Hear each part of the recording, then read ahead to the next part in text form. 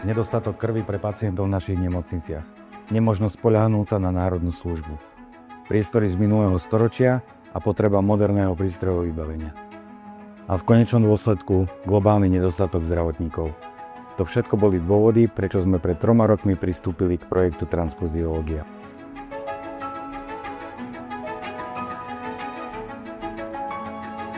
Hlavnou časťou projektu je sústredenie spracovania krvi na 3 miesta v krajine.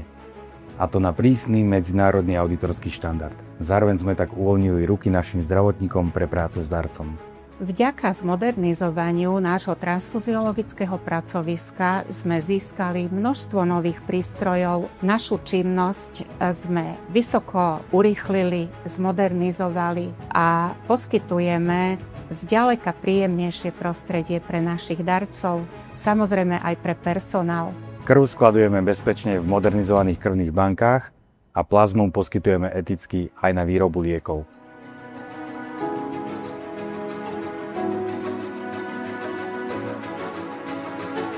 Aby sme plazmu vedeli poskytnúť svetovému výrobcovi liekov z plazmy a prispievať tak do európskeho púlu, bolo nevyhnutné, aby naše transfúzne zariadenia prešli viacerými procesnými zmenami. Vytvorili sme jedinečný systém kvality a dosiahli tak to, že sme sa stali akceptovaným dodávateľom plazmy na frakcionáciu. Chceme, aby sa u nás darcovia cítili dobre. Tak tým ako dlhoročný darca chodím do týchto priestorov rád. Momentálne o to duplom, že tieto priestory sú o mnoho viac krajšie, zrekonštruované, moderné. Nehovoriac o samotnom personáli, ktorý je vždy úžasný.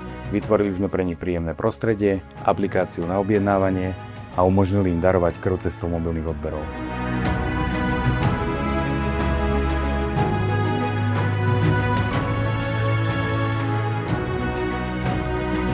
Tak, máme všetko zbalené, práve odchádzame na výjezd a tešíme sa na našich darcov.